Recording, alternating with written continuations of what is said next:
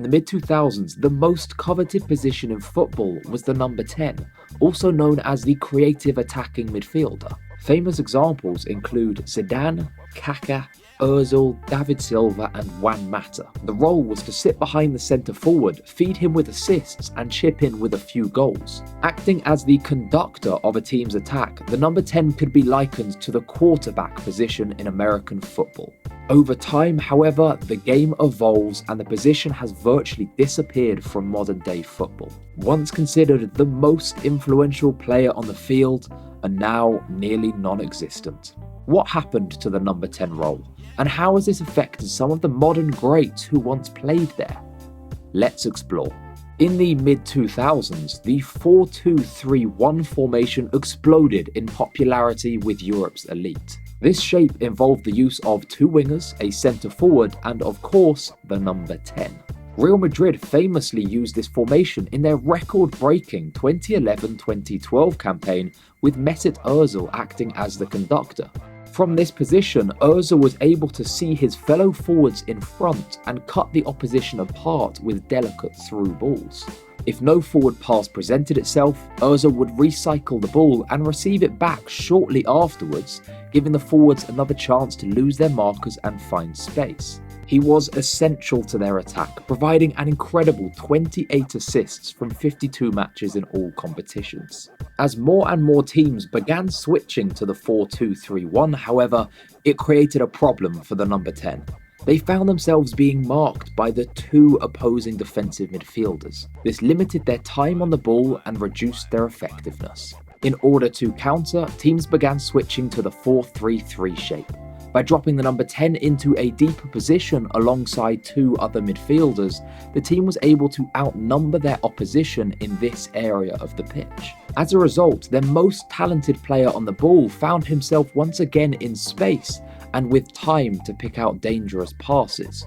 With this switch to the 4-3-3 beginning with Barcelona and spreading across the continent, the famous number 10 role was dropped from most top teams. Players who had previously played behind the centre forward had to either drop deeper into the midfield three, move out wide to become part of the front three, or watch as the game evolved in front of their eyes and see themselves left behind.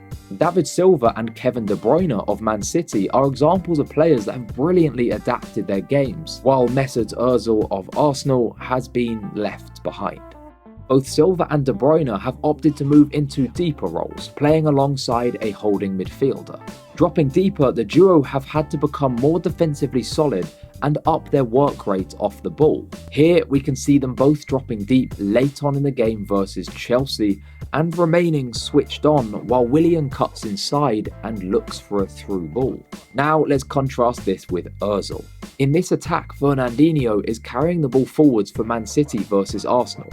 Ozil in a casual jog makes little attempt to get across to help his teammates and put pressure on Fernandinho from two angles. As a result, the Brazilian is able to step past the Arsenal player and play a through ball down the line for Jesus. Jesus goes down the line, beating his man and pulls the ball back across the area. De Bruyne, joining the attack late and in space, fires the ball home, and that is that.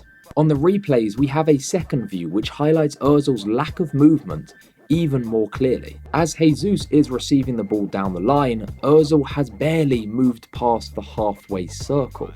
With Jesus now pulling the ball back across the box, Ozil has still barely shifted. This example brings to light another reason why the number 10 role has been slowly phased out. Typically, the number 10 was a talented player on the ball, but lacked physicality and rarely provided defensive cover. To be blunt and perhaps harsh, many of them were considered to be the laziest player on the pitch. In modern day football, where intense pressing has become the new normal, teams simply cannot carry a player who isn't willing to put a shift in defensively. Look at Mo Salah and Sadio Mane of Liverpool. They are incredibly talented on the ball and in front of goal, but perhaps most impressive is their work rate. They are consistently two of the hardest working players on the pitch. In modern football, this is what is expected. Energy isn't just required defensively either. Even in the attacking phases, football is higher energy than ever before. Here we see De Bruyne on the ball against Burnley. He shifts the ball out wide to Bernardo Silva. While Ozil may have slowly jogged into a central position here, De Bruyne darts into the half space, the area between the central defender and the fullback. A quick 1-2 with Silva, and De Bruyne is successfully behind Burnley's defensive line and playing a dangerous ball across the box. De Bruyne understands that to adapt to modern football, he must maintain high energy levels in both defence and attack.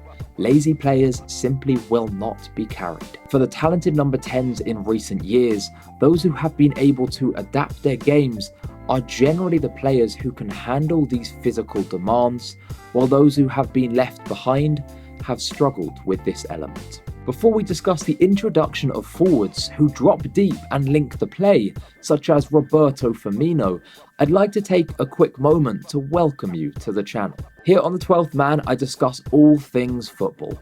As a smaller channel, any support you show, whether that is just a single like on the video or a subscription, it truly goes a long way. Thank you for taking the time to listen. Now let's get back to the video. If we return to our modern 4-3-3 formation and compare this with the 4-2-3-1, we can see the lack of a number 10 has created a big space centrally. So who fills this? Let's use Liverpool's front three as our example.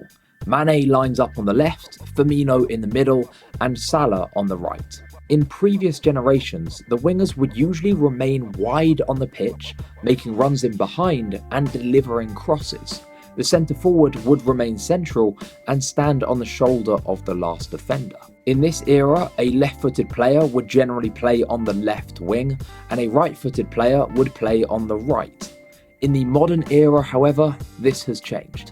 Mane, a right-footed forward, plays on the left, and Salah, who prefers his left foot, plays on the right. Why? Because both players like to cut inside, moving more centrally. These are not wingers who hug the touchline. They spend most of the match drifting towards the middle of the pitch, hence they are known as inverted wingers. Still though, we haven't filled the space left by the vacant number 10. This is where the central forward comes in. Firmino, like many central forwards in modern football, doesn't stand on the shoulder of the last defender. Instead, he drops deeper in order to receive the ball in front of the opposition defence before looking forwards to play in Mane or Salah. Here we have an example this season against Watford. Alexander-Arnold plays a quick ball forwards to Firmino. As we can see, he has dropped deeper to collect the ball, while Mane and Salah are both further forwards and in central positions. After a quick touch of control, Firmino plays the ball forwards to Mane, who is making the run into space. From here, Liverpool bag their second goal of the match and close the fixture out. Let me know in the comments section if you think the number 10 will be back in football soon or whether it has been permanently replaced. Here on the 12th Man, I discuss all things football. So if you're a football fanatic like myself and are bored of hearing surface level punditry on TV, Michael Owen, then join the community by subscribing now.